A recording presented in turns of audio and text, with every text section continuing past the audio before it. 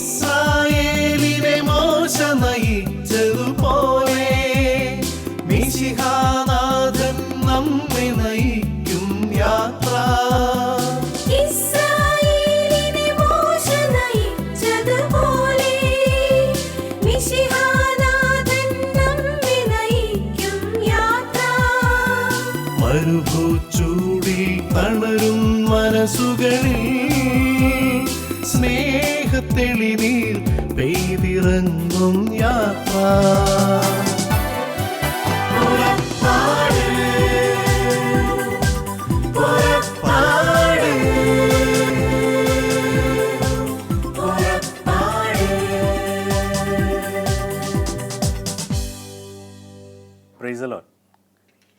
പുറപ്പാടിൻ്റെ പുതിയൊരു എപ്പിസോഡിലേക്ക് എല്ലാവർക്കും സ്വാഗതം. കഴിഞ്ഞ 50 വർഷങ്ങളുടെ പ്രവർത്തനങ്ങൾക്ക് ശേഷം ലോകമെമ്പാടുമുള്ള കരിസ്മാറ്റിക് നവീകരണ മുന്നേറ്റം പുതിയ ഒരു ചരിത്ര ദൗത്യത്തിലേക്ക് കടക്കുന്ന ഈ നിമിഷത്തിൽ സഭയെ നയിക്കുന്ന ഫ്രാൻസിസ് മാർപ്പാപ്പ കരിസ്മാറ്റിക് നവീകരണത്തെ സഭയുടെ അവിഭാജ്യ ഘടകമായിട്ട് പ്രഖ്യാപിച്ചു കഴിഞ്ഞ ഈ സമയത്ത് കരിസ്മാറ്റിക് നവീകരണം ലോകത്തിന് നൽകിയ ഏറ്റവും വലിയ സംഭാവനകളിലൊന്നായ പരിശുദ്ധാത്മസ്നാനം അഥവാ baptism in the holy Spirit എന്ന വിഷയത്തെക്കുറിച്ചാണ് നമ്മൾ ഇന്ന് ധ്യാനിക്കാൻ പോകുന്നത്. പരിശുദ്ധാത്മാവിൻ്റെ പ്രവർത്തനങ്ങളിലൂടെ നവീകരണം സംഭവിച്ചിട്ടുള്ള അനേകം വ്യക്തികളും കുടുംബങ്ങളും കൂട്ടായ്മകളും സമൂഹവും ഇന്ന് നമ്മുടെ മുൻപിൽ സാക്ഷ്യമായിട്ടുണ്ട്. കരിസ്മാറ്റിക് നവീകരണം ലോകത്തിന് നൽകിയ സംഭാവനയല്ല പരിശുദ്ധാത്മാവ്. കരിസ്മാറ്റിക് നവീകരണമല്ല പരിശുദ്ധാത്മാവിനെ കണ്ടുപിടിച്ചത്. പരിശുദ്ധാത്മാവ് ലോകത്തിൻ്റെ ആരംഭം മുതൽ പ്രപഞ്ച സൃഷ്ടിക്ക് മുൻപ് മുതൽ തന്നെ ഉള്ളതാണ്. ഉൽപ്പത്തിയുടെ പുസ്തകം 1-ാം അധ്യായം 2-ാം വാക്യത്തിൽ വചനം ഇങ്ങനെ പറയുന്നു: ദൈവത്തിൻ്റെ ചൈതന്യം ഭൂമിക്കുമേൽ ചരിച്ചുകൊണ്ടിരുന്നു. ദൈവം ഈ പ്രപഞ്ച സൃഷ്ടി നടത്തുന്നതിന് തൊട്ട് മുൻപ് തന്നെ ഈ ഭൂമിക്ക് മുകളിൽ ചരിച്ചുകൊണ്ടിരുന്ന ദൈവത്തിൻ്റെ ചൈതന്യമാണ്, ദൈവത്തിൻ്റെ ആത്മാവാണ് പരിശുദ്ധാത്മാവ്. പക്ഷേ പഴയ നിയമത്തിൽ ദൈവത്തിൻ്റെ ഈ അഭിഷേകം, ആത്മാവിൻ്റെ അഭിഷേകം തിരഞ്ഞെടുക്കപ്പെട്ട വ്യക്തികൾക്ക് മാത്രമാണ് നൽകപ്പെട്ടിട്ടുള്ളത്. നമ്മൾ തിരിഞ്ഞു നോക്കിയാൽ സാംസണും ദാവീദും സാവൂളും സാമുവേലും ദാനിയേലും ജോയേലുമൊക്കെ ഉൾപ്പെടെയുള്ള ഏതാനും പ്രവാചകന്മാർക്ക് മാത്രമായിട്ട് നൽകപ്പെട്ട ഒരഭിഷേകത്തെക്കുറിച്ചാണ് പഴയ നിയമത്തിലുടനീളം നമ്മൾ വായിക്കുന്നത്. അങ്ങനെ പരിശുദ്ധാത്മാവിൻ്റെ പ്രത്യേക അഭിഷേകം നേടിയ സാവൂൾ എന്ന് പറയുന്ന ചരിത്രത്തിലെ ആദ്യത്തെ രാജാവിനെ കുറിച്ചാണ് ഇന്ന് നമ്മൾ ആദ്യമേ ചിന്തിക്കുക. 1 സാമുവേലിൻ്റെ പുസ്തകം 9-ാം അധ്യായത്തിൽ ഇസ്രയേൽ മക്കൾ സാമുവേൽ എന്ന് പറയുന്ന ന്യായാധിപൻ്റെ മുൻപിൽ അഥവാ പ്രവാചകൻ്റെ മുൻപിലേക്ക് കടന്നു വന്നിട്ട് തങ്ങൾക്കും ഒരു രാജാവിനെ വേണം എന്ന് മുറവിളി കൂട്ടുന്നുണ്ട്. അന്ന് ഇസ്രയേൽ മക്കളല്ലാത്തവർക്ക് രാജാക്കന്മാരുണ്ടായിരുന്നു, മറ്റ് മതവിഭാഗക്കാർക്ക് രാജാക്കന്മാർക്കുണ്ടായിരുന്നു. ഇസ്രായേലിന് രാജാക്കന്മാർ ഉണ്ടായിരുന്നില്ല, മറിച്ച് അവർക്ക് ന്യായാധിപന്മാരും പുരോഹിതരും പ്രവാചകരും മാത്രമാണ് ഉണ്ടായിരുന്നത്. അപ്പോൾ സാമുവേൽ പ്രവാചകൻ പറയുന്നുണ്ട്, നിങ്ങൾക്ക് എന്തിനാണ് ഒരു രാജാവ്? ദൈവമല്ലേ നിങ്ങളുടെ രാജാവ്? അപ്പോൾ ജനങ്ങൾ പറയുന്നു, ഞങ്ങൾക്ക് വേണ്ടി യുദ്ധം ചെയ്യുവാനും ഞങ്ങളെ സംരക്ഷിക്കുവാനും ഞങ്ങൾക്കൊരു രാജാവിന് ആവശ്യമുണ്ട്. സാമുവേൽ പ്രവാചകൻ ഇത് ദൈവത്തിൻ്റെ സന്നിധിയിൽ ഉണർത്തിക്കുന്നു. അപ്പോൾ ദൈവം കൊടുക്കുന്ന ഒരടയാളമുണ്ട്. നാളെ ഈ സമയത്ത് നീ കോമളനായ ഒരു യുവാവിനെ കണ്ടെത്തും. അവൻ അവൻ്റെ അപ്പൻ്റെ കഴുതകളെ തേടി വരുന്നതാണ്. അവനെ നീ ഇസ്രായേലിൻ്റെ രാജാവായിട്ട് അഭിഷേകം ചെയ്യുക. പ്രിയമുള്ളവരെ, ഈ സമയത്ത് ഇസ്രായേലിലെ 12 ഗോത്രങ്ങളിൽ ഏറ്റവും ചെറിയ ഗോത്രമായ ബെഞ്ചമിൻ ഗോത്രത്തിലെ ഏറ്റവും ചെറിയ കുടുംബമായ കിഷിൻ്റെ മകനായ സാവൂൾ തൻ്റെ അപ്പൻ്റെ കഴുതകളെ തേടി നടക്കുകയാണ്. അവസാനം അദ്ദേഹം പല സ്ഥലങ്ങളിലും അപ്പൻ്റെ കഴുതകളെ തേടി നടന്നു. കാണാതെ ഈ സാമുവേൽ പ്രവാചകൻ്റെ സമീപത്ത് എത്തുന്നതാണ് നമ്മൾ 1 സാമുവേൽ 9-ാം അധ്യായത്തിൽ ഇങ്ങനെ വായിക്കുന്നത്. ബെഞ്ചമിൻ ഗോത്രജനായ കിഷ് എന്ന ഒരാളുണ്ടായിരുന്നു. അവൻ അബിയേലിൻ്റെ മകനായിരുന്നു. കിഷിന് സാവൂൾ എന്നൊരു പുത്രനുണ്ടായിരുന്നു. അവനേക്കാൾ കോമളനായി ഇസ്രയേലിൽ ആരുമുണ്ടായിരുന്നില്ല. അവൻ്റെ തോളൊപ്പം ഉയരമുള്ള ആരുമുണ്ടായിരുന്നില്ല. ഒരിക്കൽ സാവൂളിൻ്റെ പിതാവായ കിഷിൻ്റെ കഴുതകൾ കാണാതായി. അവൻ സാവൂളിനോട് പറഞ്ഞു, ഒരു ഭൃത്യനെയും കൂട്ടി നീ തൻ്റെ കഴുതകളെ അന്വേഷിച്ചു കൊണ്ടുവരിക. അങ്ങനെ നടക്കുന്ന യാത്രാമധ്യേ അന്വേഷിച്ച് എങ്ങും കാണാതെ തിരിച്ചു പോകാനൊരുങ്ങുമ്പോൾ തൻ്റെ ഭൃത്യനോട് പറയുന്നുണ്ട് സാവൂള്, ഇനി നമുക്ക് തിരിച്ചു പോകാം, ഇത്രയും അന്വേഷിച്ചില്ലേ, ഇനി കഴുതകളെക്കുറിച്ചായിരിക്കില്ല നമ്മെക്കുറിച്ചായിരിക്കും അപ്പന് കൂടുതൽ വിഷമമുണ്ടാവുക, നമുക്ക് തിരിച്ചു പോകാം. അപ്പം ആ ഭൃത്യൻ പറയുകയാണ്, ഇവിടെ അടുത്ത പട്ടണത്തിൽ ഒരു വലിയ ദീർഘദർശിയുണ്ട്, ഒരു വലിയ പ്രവാചകനുണ്ട്, അദ്ദേഹത്തിന് ഒരു പക്ഷേ നമ്മെ സഹായിക്കാനായിട്ട് സാധിച്ചേക്കും, നമുക്ക് അദ്ദേഹത്തെ ഒന്ന് കണ്ടാലോ. അങ്ങനെ ഇവർ ആ നാട്ടിലെ ദീർഘദർശിയായ ന്യായാധിപനായ പ്രവാചകനായ സാമുവേലിൻ്റെ അടുക്കലേക്ക് യാത്ര തിരിക്കുകയാണ്. അവർ പട്ടണത്തിൽ പ്രവേശിക്കുമ്പോൾ 1 സാമുവേൽ 9 വ്യക്തമായിട്ട് പറയുന്നുണ്ട്, പട്ടണത്തിലേക്ക് പ്രവേശിക്കുമ്പോൾ ഒരു സ്ത്രീയെ കണ്ടുമുട്ടുകയാണ്. ആ സ്ത്രീയോട് ചോദിക്കുകയാണ്, ദീർഘദർശി എവിടെയാണ്? അന്നത്തെ കാലത്ത് പ്രവാചകന്മാരെ ദീർഘദർശി എന്നാണ് വിളിച്ചിരുന്നത്. അപ്പോൾ ആ സ്ത്രീ പറയുകയാണ്, അതാ നിങ്ങളുടെ മുൻപേ പോകുന്നതാണ് ദീർഘദർശി, അദ്ദേഹം ഇപ്പോൾ മലയിൽ കയറി, അവിടെ അദ്ദേഹത്തിന് ഇന്ന് ഈ നാട്ടുകാർക്ക് വേണ്ടി ബലിയർപ്പിക്കാനുണ്ട്, ഇപ്പം തന്നെ ചെന്ന് കണ്ടുകൊള്ളുക, അല്ലെങ്കിൽ അദ്ദേഹം മറ്റ് സ്ഥലങ്ങളിലേക്ക് യാത്രയാകും. ഇവർ വളരെ വേഗം ചെന്ന് ഈ പ്രവാചകനെ കാണുകയാണ്. അദ്ദേഹത്തോട് പറയുകയാണ് ഇങ്ങനെ അപ്പൻ്റെ കഴുതകളെ നഷ്ടപ്പെട്ട കാര്യം. അപ്പോൾ ഈ പ്രവാചകൻ സാമുവേൽ പ്രവാചകൻ പറയുകയാണ്, നിങ്ങൾ എൻ്റെ കൂട്ടത്തിൽ മലമുകളിലേക്ക് വരിക, അവിടെ നിന്ന് പ്രാർത്ഥനയുണ്ട്, വൈകുന്നേരം അവിടെ തങ്ങാം, അവിടെ ഭക്ഷണം കഴിക്കാം, നിങ്ങളുടെ കഴുതകളെക്കുറിച്ച് നമുക്ക് സംസാരിക്കാം. പ്രിയമുള്ളവരെ, വലിയ ഒരു അഭിഷേകത്തിനായിട്ട് കാത്തു നിൽക്കുന്ന, ഒരഭിഷേകം നൽകുവാനായിട്ട് കാത്തു നിൽക്കുന്ന സാമുവേൽ പ്രവാചകൻ്റെ അരികിലേക്ക് സാവൂൾ എന്ന് പറയുന്ന കോമളനായ യുവാവ്, ചെറുപ്പക്കാരൻ കടന്നു വരുന്നത് തൻ്റെ അപ്പൻ്റെ കഴുതകളെ തേടിയാണ്. നമ്മുടെയൊക്കെ ജീവിതത്തിൽ പരിശുദ്ധാത്മാവിൻ്റെ വലിയ അഭിഷേകത്തിന്, വലിയ കൃപയ്ക്കായിട്ട് അനേക അവസരങ്ങൾ കാത്തു നിൽക്കുമ്പോൾ നമ്മളൊക്കെ നടക്കുന്നത് നമ്മുടെയൊക്കെ മുമ്പിലുള്ള നിസ്സാര കാര്യങ്ങൾക്ക് വേണ്ടിയാണ്, കഴുതകൾക്ക് വേണ്ടിയാണ് നമ്മളൊക്കെ സഞ്ചരിക്കുക. കേട്ട ഒരു നാടോടിക്കഥ നിങ്ങളുടെ മുൻപിൽ ഷെയർ ചെയ്യുകയാണ്. ഒരിക്കൽ ഒരു കാക്ക ഒരു തോടിൻ്റെ തീരത്ത് കൊത്തിപ്പെറുക്കി തൻ്റെ ചെറിയ ചെറിയ ഭക്ഷണങ്ങളൊക്കെ തിന്നുകൊണ്ടിരിക്കുകയാണ്. ചെറിയ മീനും പുഴുക്കളുമൊക്കെ കൊത്തിപ്പെറുക്കി തിന്നുകൊണ്ടിരിക്കുന്ന കാക്കയുടെ അരികിലേക്ക് മനോഹരിയായിട്ടുള്ളൊരു അരയന്നം പറന്നിറങ്ങുകയാണ്. വളരെ സുന്ദരിയായിട്ടുള്ള ഈ അരയന്നത്തെ കണ്ട് ഈ കാക്ക പതിയെ പതിയെ അരയന്നത്തിനടുത്തേക്ക് വരികയാണ്. അപ്പോൾ ഇവർ തമ്മിൽ സംസാരിക്കാൻ തുടങ്ങി. അരയന്നത്തോട് ചോദിച്ചു, നീ എവിടെ നിന്നാണ് വരുന്നത്? അപ്പോൾ ഈ അരയന്ന് പറഞ്ഞു, ഞാൻ അങ്ങ് സ്വർഗത്തിൽ നിന്നാണ് വരിക. അപ്പോൾ സ്വർഗത്തിലെ കഥകളൊക്കെ ഈ കാക്ക ചോദിച്ചു മനസ്സിലാക്കുന്നുണ്ട്. അവസാനം ഇവരുടെ സംഭാഷണം തീരാറായപ്പോൾ അരയന്നം പറയുകയാണ്, എനിക്ക് തിരിച്ചു സ്വർഗത്തിലേക്ക് പോകേണ്ട സമയമായി, അതുകൊണ്ട് ഞാൻ പോവുകയാണ്, നീ എൻ്റെ കൂടെ സ്വർഗത്തിലേക്ക് പോരുന്നു. കാക്കയ്ക്ക് വളരെ കൗതുകമുണ്ടായി. എങ്കിലും കാക്ക ചോദിച്ചു, ഒരു കാര്യം ചോദിക്കട്ടെ, ഈ സ്വർഗത്തിൽ ഇതുപോലെ കൊത്തിപ്പെറുക്കി തിന്നാൻ ചെറിയ മീനുകളും പുഴുക്കളും ചവറുകളും ഉണ്ടോ? അപ്പോൾ അരയന്നം പറയുകയാണ്, സ്വർഗത്തിൽ ഇതിൻ്റെ ആവശ്യമില്ല, നിനക്ക് വിശക്കില്ല, അവിടെ എല്ലാം നീറ്റ് ആൻഡ് ക്ലീനാണ്, വളരെ ഭംഗിയുള്ളതാണ്, മനോഹരമായിട്ടുള്ളതാണ്, അതുകൊണ്ട് ഇതിൻ്റെ ഒന്നും ആവശ്യം അവിടെ ഇല്ലാത്തത് കൊണ്ട് ഇതൊന്നും അവിടെ ഇല്ല. അപ്പോൾ കാക്ക ഈ അരയന്നത്തോട് ഗുഡ് ബൈ പറഞ്ഞിട്ട് പറയുകയാണ്, വേണ്ട, എങ്കിൽ ഞാൻ വരുന്നില്ല. എനിക്ക് കൊത്തിപ്പെറുക്കാൻ ചെറുമീനുകളും ഈ ചവറുകളും പുഴുക്കളും ഇല്ലാത്ത സ്വർഗത്തിലേക്ക് ഞാൻ വരുന്നില്ല, ഞാൻ ഇവിടെ സന്തുഷ്ടനാണ്, നീ പൊയ്ക്കൊള്ളുക.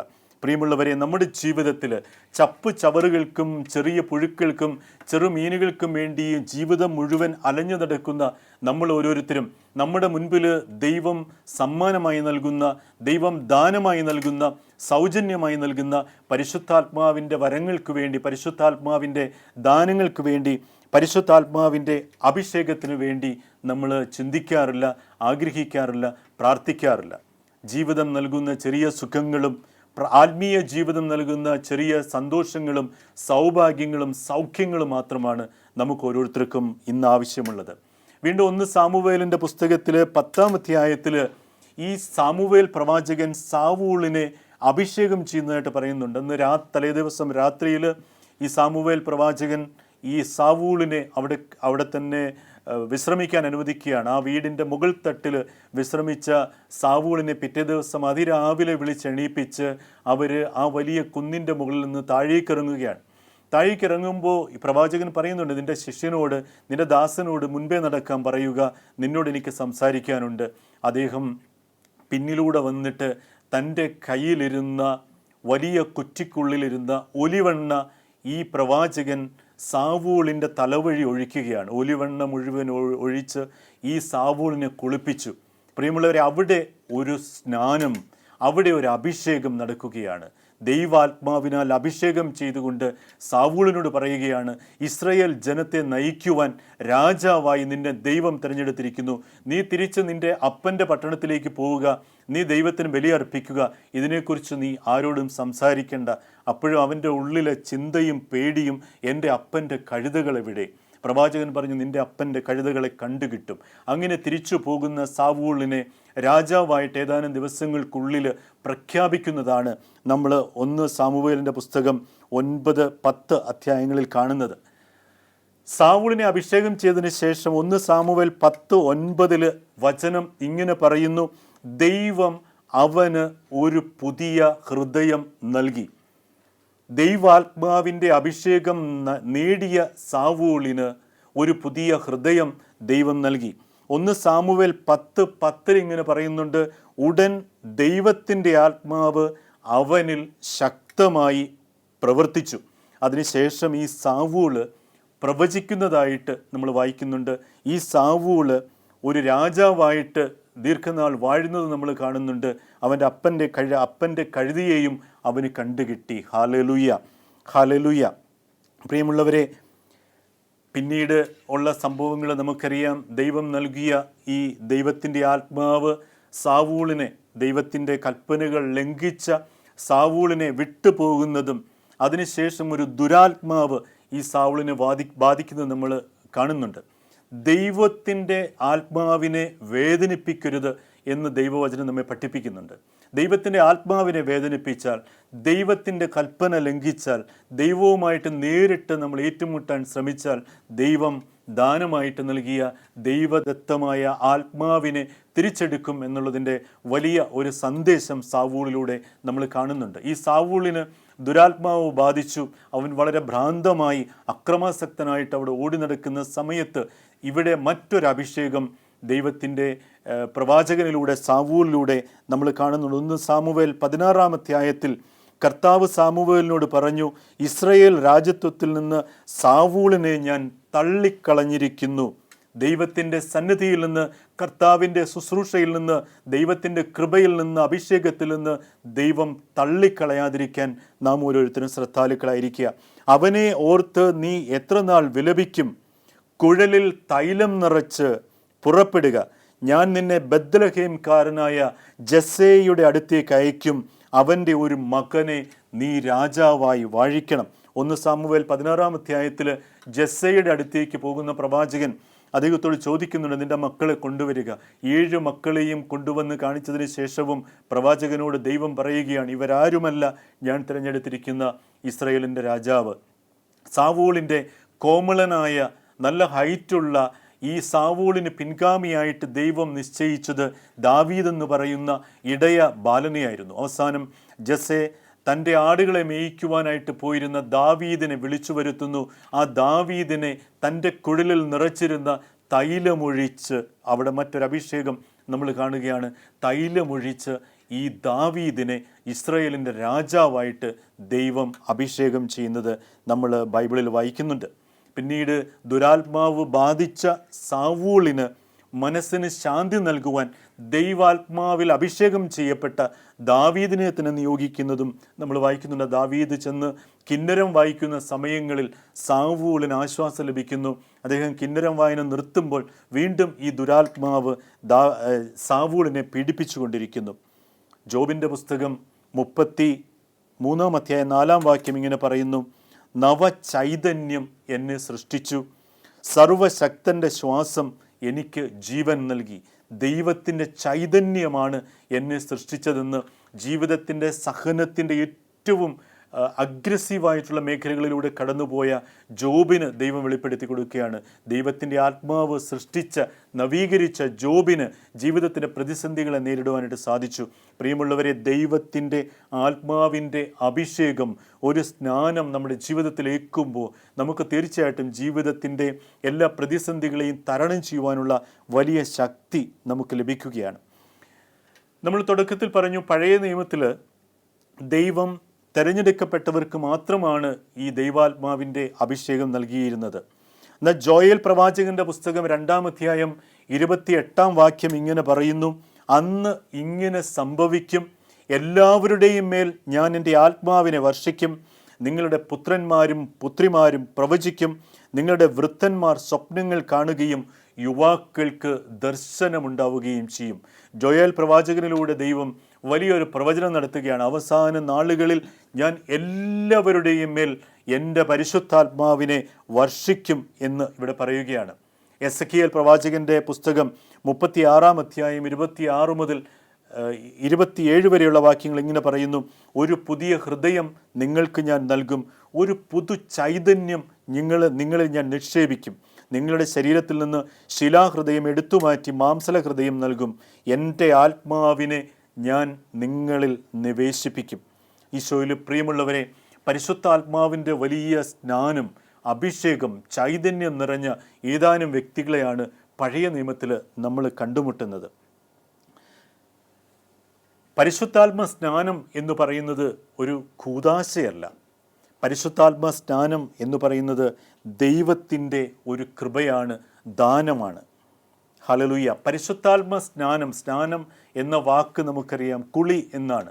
നമ്മുടെയൊക്കെ ജീവിതത്തിൽ, നവീകരണ ജീവിതത്തിലേക്ക് കടന്നു വന്നവരെന്നും ആഗ്രഹിക്കുക അവരുടെ ജീവിതത്തിനൊരു പുതുമ ലഭിക്കുക, ഒരു നവീകരണം ലഭിക്കുക, ഒരു ഫ്രഷ്നെസ് ലഭിക്കുക എന്നാണ്. മാനുഷികമായിട്ട് നമ്മളൊരു ഫ്രഷ്നെസ് ലഭിക്കണമെങ്കിൽ എല്ലാ ദിവസവും കുളിക്കാൻ നമ്മൾ ആഗ്രഹിക്കും. പ്രിയമുള്ളവരെ, നമ്മുടെ ജീവിതത്തിൽ ദൈവം സൗജന്യമായിട്ട് ഒരുക്കുന്ന ഒരു കുളിയാണ് പരിശുദ്ധാത്മ സ്നാനം എന്ന് പറയുന്നത്. കത്തോലിക്ക കരിസ്മാറ്റിക് നവീകരണം ലോകത്തിന് പരിചയപ്പെടുത്തിയ ഈ പരിശുദ്ധാത്മ സ്നാനത്തെക്കുറിച്ചാണ് ഈ ദിവസങ്ങളിൽ, ഈ വർഷങ്ങളിൽ പരിശുദ്ധ സിംഹാസനത്തിൽ പോപ്പ് ഫ്രാൻസിസ് മാർപ്പാപ്പ നിരന്തരം പറഞ്ഞുകൊണ്ടിരിക്കുന്നത്. അച്ഛന്മാരുടെ ധ്യാനത്തിൽ അടുത്തയിടയിൽ അദ്ദേഹം പറഞ്ഞു, നിങ്ങൾ ലൈഫ് ഇൻ ദ സ്പിരിറ്റ് സെമിനാറിലൂടെ baptism in the holy spirit, പരിശുദ്ധാത്മ സ്നാനം ലോകത്തിന് പരിചയപ്പെടുത്തുക, നിങ്ങളുടെ വേദപാഠ ക്ലാസ്സുകളിൽ നിങ്ങൾ പഠിപ്പിക്കുക, നിങ്ങളുടെ ധ്യാന കേന്ദ്രങ്ങളിൽ നിങ്ങൾ ബാപ്റ്റിസം ഇൻ ദ ഹോളി സ്പിരിറ്റിനെ കുറിച്ച് പറയുക, നിങ്ങളുടെ ഇടവകകളിൽ ഇതിനെക്കുറിച്ച് സംസാരിക്കുക. ഇത് സഭയിൽ മുഴുവൻ ഒരു പുതിയ ചൈതന്യം സൃഷ്ടിക്കും എന്ന് നമ്മുടെ മാർപ്പാപ്പ പ്രത്യേകമായിട്ട് പറയുകയുണ്ടായി. നമുക്ക് ഈ പരിശുദ്ധാത്മ സ്നാനത്തിൻ്റെ പുതിയ നിയമത്തിലെ പശ്ചാത്തലത്തെക്കുറിച്ച് ഏതാനും ചിന്തകളിലൂടെ നമുക്ക് കടന്നു പോകാം. അപ്പസ്തോല പ്രവർത്തനങ്ങൾ 1-ാം അധ്യായം 4 മുതൽ 5 വരെയുള്ള വാക്യങ്ങൾ, ഈശോ തൻ്റെ ഉയർപ്പിന് ശേഷം ശിഷ്യന്മാരുടെ കൂടെ ഇരുന്ന് അവരെ പഠിപ്പിച്ചു. 40 ദിവസത്തെ കാര്യങ്ങൾ നമ്മൾ അപ്പസ്തോല പ്രവർത്തനങ്ങളിൽ വായിക്കുന്നുണ്ട്. അതിൻ്റെ അവസാനം ഈശോ ശിഷ്യന്മാരോട് പറയുകയാണ്, നിങ്ങൾ ജെറൂസലേം വിട്ടു പോകരുത്, എന്നിൽ നിന്ന് നിങ്ങൾ കേട്ട പിതാവിൻ്റെ വാഗ്ദാനം കാത്തിരിക്കുവിൻ. ഈശോ വാഗ്ദാനം ചെയ്തത് പരിശുദ്ധാത്മാവിനെയാണ്. എന്തെന്നാൽ യോഹന്നാൻ വെള്ളം കൊണ്ട് നിങ്ങൾക്ക് സ്നാനം നൽകി, എന്നാൽ ഏറെ താമസിയാതെ പരിശുദ്ധാത്മാവിനാൽ നിങ്ങൾ സ്നാനമേൽക്കും. ഹല്ലേലൂയ. ഈശോയിൽ പ്രിയമുള്ളവരെ, ഇവിടെ 2 സ്നാനത്തെക്കുറിച്ച് ഈശോ തന്നെയാണ് സംസാരിക്കുന്നത്. അപ്പോൾ നമുക്ക് വളരെ അധികം ഒരു കൺഫ്യൂഷൻ ഉണ്ടാകും. മാമോദീസ, നമ്മൾ ജനിച്ചപ്പോൾ നമ്മുടെ പാരമ്പര്യമനുസരിച്ച് പരിശുദ്ധാത്മാവിൽ നിറയാനായിട്ട് നമ്മൾ ജ്ഞാനസ്നാനം സ്വീകരിച്ചു, അതിനുശേഷം സ്ഥൈര്യലേപനം സ്വീകരിച്ചു. ഇതൊക്കെ കൂദാശകളാണ്. പിന്നെന്താണ് മറ്റൊരു സ്നാനത്തെക്കുറിച്ച് ഇവിടെ പറയുക?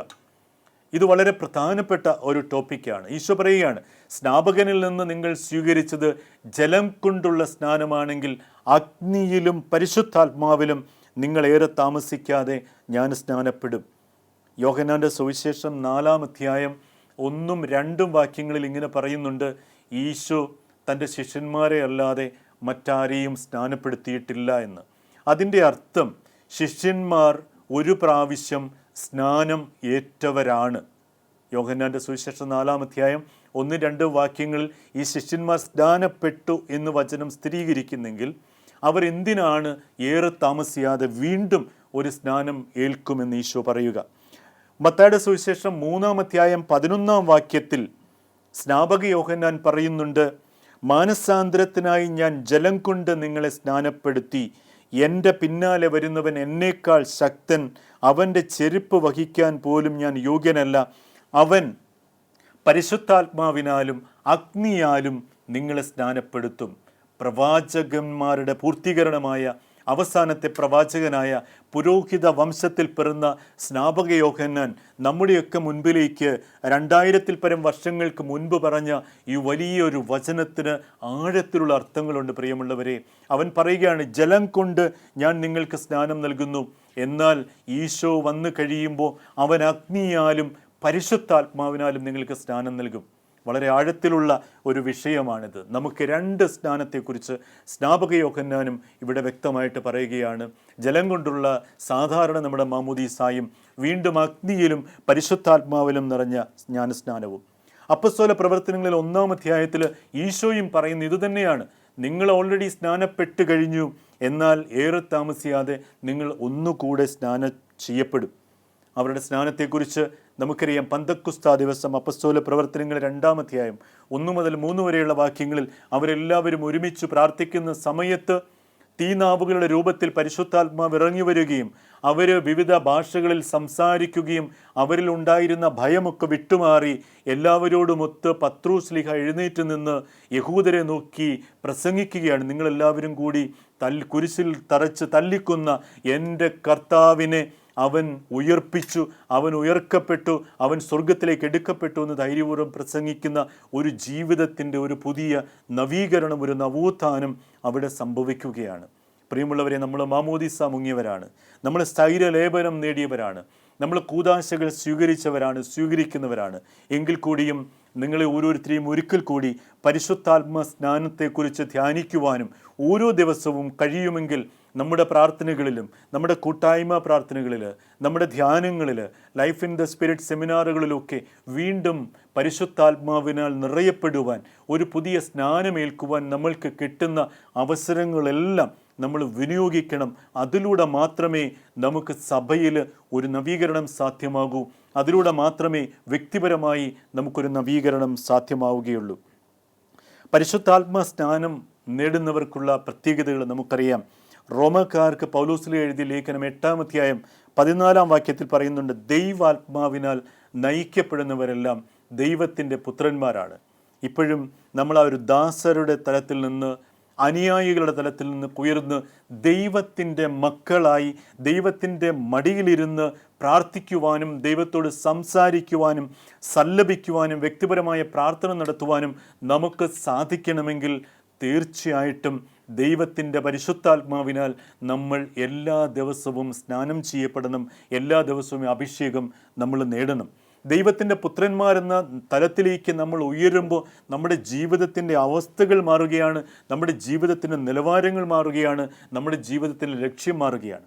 ഈ ലോകത്തിലുള്ള താൽക്കാലിക സൗഭാഗ്യങ്ങളോ സുഖങ്ങളോ സന്തോഷങ്ങൾക്കോ ജീവിത വ്യഗ്രതകൾക്കോ അപ്പുറത്ത് ഞാൻ ദൈവത്തിൻ്റെ മകനാണ്, ദൈവത്തിൻ്റെ മകളാണ് എന്ന ചിന്ത നമ്മുടെ ജീവിതത്തിന് ശക്തി പകരും, ധൈര്യം പകരും, സന്തോഷം പകരും. പ്രിയമുള്ളവരെ, നമ്മുടെ ഇത്രയും വർഷത്തെ പ്രണയം ദൈവത്തോടുണ്ടെങ്കിൽ, ദൈവത്തിൻ്റെ മകനാണ് മകളാണെന്നൊരു ബോധ്യമുണ്ടെങ്കിൽ, നമ്മുടെ ജീവിതത്തിലുണ്ടാകുന്ന കാറ്റും കോളും ഈ ഇടിവെട്ടും പ്രശ്നങ്ങളും പ്രതിസന്ധികളും ഒക്കെ ഉണ്ടാകുമ്പോൾ അലറി വിളിച്ച് കൈയിട്ട് അടിച്ച് നിലവിളിക്കുന്നവരാകാതെ ദൈവത്തിൽ ആശ്രയിക്കാൻ, എൻ്റെ ദൈവം എനിക്കൊന്നും മോശമായി സംഭവിക്കില്ല എന്നൊരു ബോധ്യത്തിലേക്ക് വളരണമെങ്കിൽ ഞാൻ ദൈവത്തിൻ്റെ പുത്രനാണ് എന്നുള്ളൊരു വലിയ ബോധ്യം നമുക്കുണ്ടാകണം. അത് പരിശുദ്ധാത്മ സ്നാനത്തിലൂടെ, അനുദിനമുള്ള അഭിഷേകത്തിലൂടെ നമുക്ക് സാധിക്കുകയുള്ളൂ. ഗലാത്യക്കാർക്ക് പൗലോസ് എഴുതിയ ലേഖനം 5-ാം അധ്യായം 22-ാം വാക്യത്തിൽ വളരെ മനോഹരമായിട്ട് ദൈവിക ആത്മാവിൻ്റെ ഫലങ്ങളെക്കുറിച്ച്, സ്നേഹം, സന്തോഷം, ആനന്ദം, ഇതിനെക്കുറിച്ച് പറയുന്നുണ്ട്. പരിശുദ്ധാത്മ സ്നാനമേൽക്കുന്ന വ്യക്തിയിൽ പുഷ്പിച്ച് നിൽക്കുന്നത് ദൈവത്തിൻ്റെ ആത്മാവിൻ്റെ ഫലങ്ങളായിരിക്കും. അവനിൽ നിറഞ്ഞു നിൽക്കുന്നത് പരിശുദ്ധാത്മാവിൻ്റെ സ്വഭാവമായിരിക്കും. അതുകൊണ്ട് ഓരോ ദിവസവും പരിശുദ്ധാത്മ സ്നാനം നേടുന്നവർ, അഭിഷേകം നേടുന്നവർക്ക് സമൂഹത്തിൻ്റെ മുൻപിൽ നൽകാൻ സാധിക്കുക പരിശുദ്ധാത്മാവിൻ്റെ ഈ ഫലങ്ങളായിരിക്കും, 9 ഫലങ്ങളായിരിക്കും. വീണ്ടും പരിശുദ്ധാത്മാവ് നമുക്കറിയാം ദൈവമാണ്. ദൈവം നമ്മുടെ ഉള്ളിലുണ്ടെങ്കിൽ ഓരോ ദിവസവും നമ്മൾ ഇറങ്ങുമ്പോൾ ദൈവാത്മാവിൽ നിറഞ്ഞു പോകുമ്പോൾ ദൈവിക സംരക്ഷണം നമുക്ക് ലഭിക്കുകയാണ്. ദൈവത്തിൻ്റെ ചുറ്റും അനേകം മാലാഖമാർ പാളയമടിച്ചിരിക്കുന്നു എന്ന് വചനത്തിൽ പറയുന്നുണ്ട്.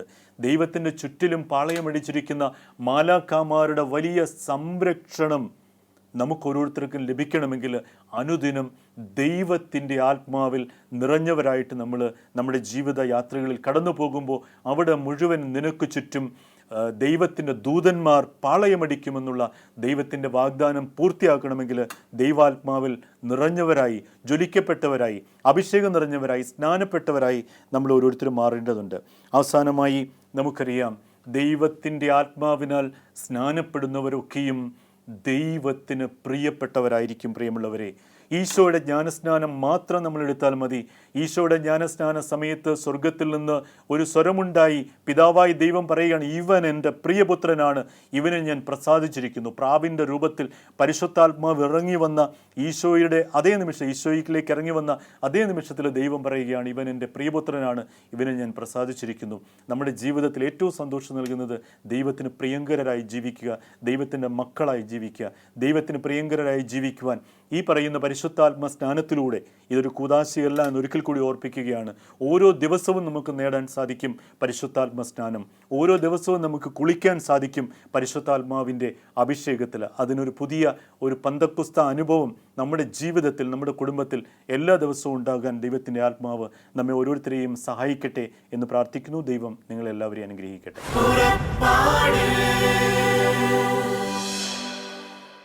ഈ പ്രോഗ്രാമിനെ കുറിച്ചുള്ള നിങ്ങളുടെ വിലയേറിയ അഭിപ്രായങ്ങളും നിർദ്ദേശങ്ങളും ഇമെയിലിലൂടെ ഞങ്ങളെ അറിയിക്കുക. purappad.uae@gmail.com. പരിശുദ്ധാത്മവരങ്ങളാലെന്നും ഹൃദയത്തിനകതാരു നിറയ്ക്കും യാത്ര.